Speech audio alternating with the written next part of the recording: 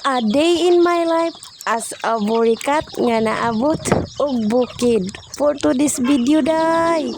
Nabuang na jud ta ning Cindy ba. Si tagtanaw ning Cindy 5.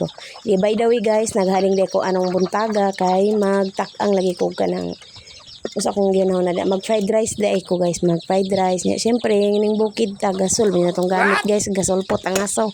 Ning karon nagkadad lang kog ahos. Ahos lang akong ibutang sa akong fried rice. Syempre pobre lang man ta mao itong madali ahos kay brato ra. Then ako itlog, magic ug tuyo. And then ang kaning mga manok lami kay subak kung pwede pa lang.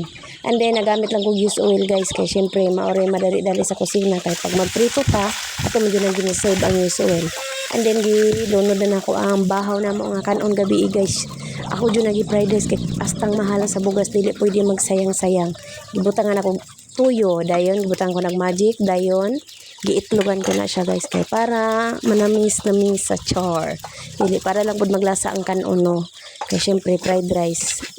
Lami man gyud nang naila sa lasa pud gamay. And then okay lang na nako.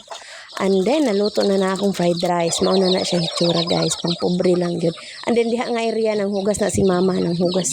Samok lang jud kaayo ang mga manok guys tuara. Mga manok. Mama diha ng hugas nang sa mga baso, mga plato ng uskus ug mga kaldero.